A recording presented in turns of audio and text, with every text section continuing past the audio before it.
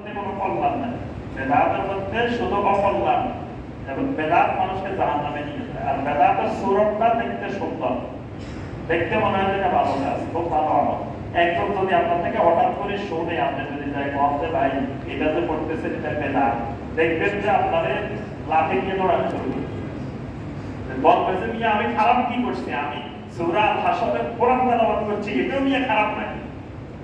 তোমরা আবার আপনাকে বলতে করছি তুমি মনে হয় ইহুদির দালাল, তুমি আসছো আমাদেরকে আমল কমানোর জন্য, আমল বন্ধ করার জন্য, আমল কমাইতে আসছো। আমল করলে অসুবিধা নেই, আমাদের বাঙালির সিস্টেম হলে আমল করলে অসুবিধা নেই, একটা খারাপ কাজ করতেছে না, এত কিছু ভালো কাজ করতেছে, কিন্তু ভালো কাজটা যে ইসলামের নাই, এই যে বানাই করতেছে, এটাই খারাপ কাজ।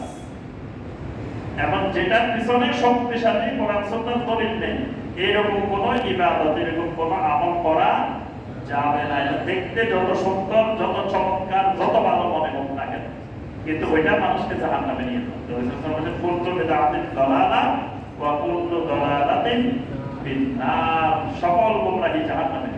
ওই ইবাদত করি জাহান্নামে যাওয়া লাগবে, ইবাদত না করি জাহান্নামে গেলে এত দুঃখ লাগবে না। কিন্তু সারা জীবন আমল হচ্ছে, আমল করি জাহান্নামে, তার কারণ হলো আমলটা করছে বেদাতি আমল।